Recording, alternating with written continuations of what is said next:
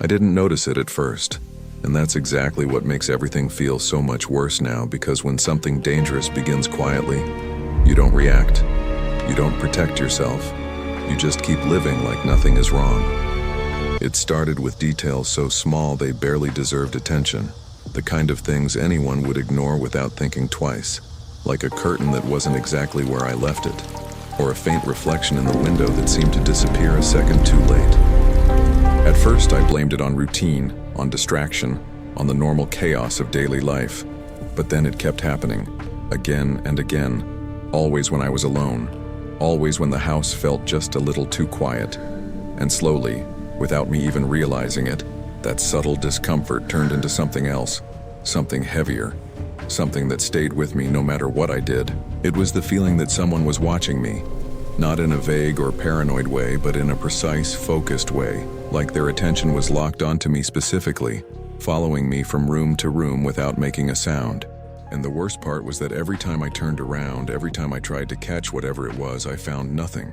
Just silence, just stillness, just an empty space that somehow felt full at the same time, like something had been there a second ago and slipped away the moment I noticed. That's when I realized this wasn't just a feeling anymore, because feelings fade, they pass, but this didn't.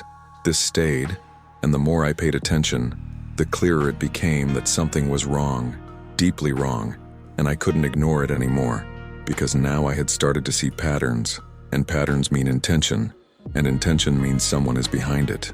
I live in a quiet neighborhood, the kind of place where everything looks calm from the outside, where neighbors wave politely but never really get involved in each other's lives, where days pass without anything memorable happening. It's the kind of place where you feel safe without questioning it, where silence feels normal instead of suspicious. When my neighbor moved in, I didn't think anything of it. He arrived quietly, no moving truck, no noise, no introductions. Just one day the house was empty and the next day it wasn't. I saw him a few times through his window just standing there, and at first it seemed normal, like anyone looking outside. But something about the way he stood didn't feel right. He didn't shift his weight, didn't look around, didn't seem distracted. He just stared. At first I told myself I was overthinking it, that I was projecting meaning onto something completely ordinary. But then it started happening more often, and always at the same angle, always in the same position, always facing my house. And slowly that uneasy feeling came back, stronger than before. Before we go any further, I want you to pause for a second and comment below the name of the city you're watching this from right now, because I want to know how far this story travels. And maybe, just maybe, someone out there has experienced something similar without realizing it yet. And trust me, what comes next will make you question things you've probably ignored before. At first, I tried to rationalize everything, to find a logical explanation that would make the discomfort go away. But the more I paid attention, the harder it became to deny what I was seeing. I started noticing that his presence at the window wasn't random. It happened at very specific moments, moments that aligned with my own movements inside the house. If I walked into the living room, he would be there. If I went to the kitchen, minutes later, he would appear again. It wasn't immediate, but it was consistent enough to feel deliberate. That's when I decided to test it. I began changing my routine in small ways, unpredictable ways, trying to break any possible pattern. I would move suddenly, switch rooms without warning, stand still for long periods of time.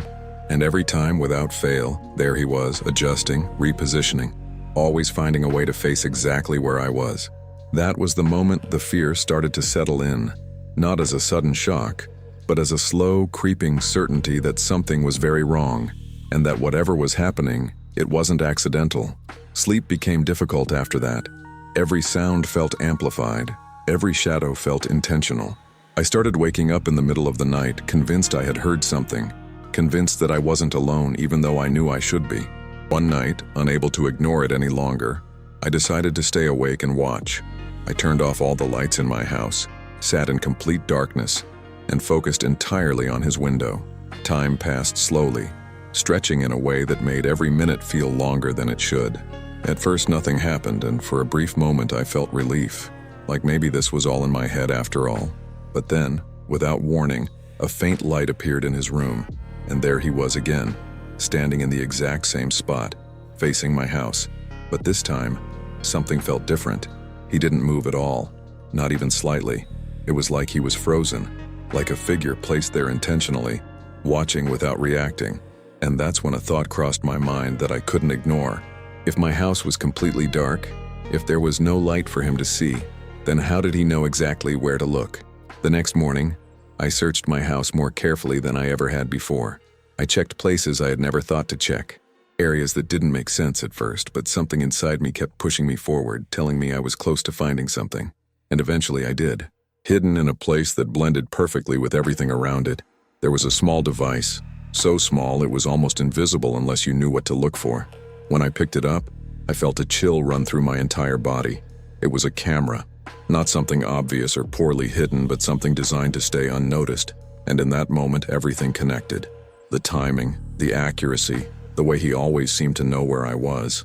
It wasn't coincidence. It wasn't guesswork. It was surveillance.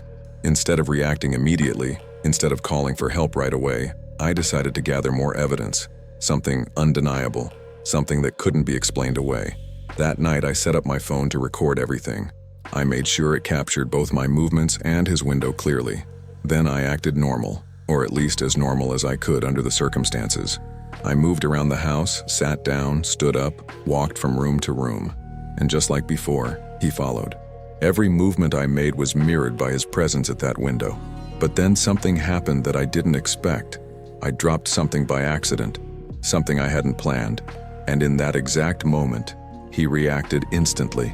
A clear, visible flinch, perfectly synchronized with something happening inside my house. That's when it became undeniable. He wasn't watching a recording.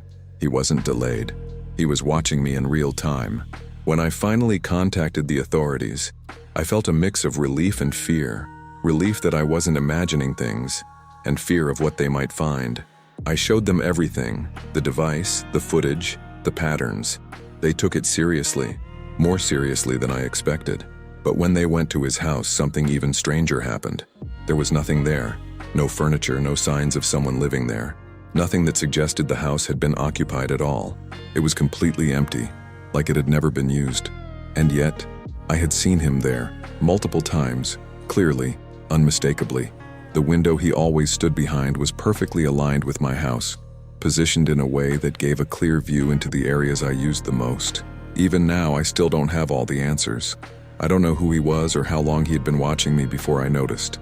I don't know how he set everything up without me realizing it. But what I do know is this.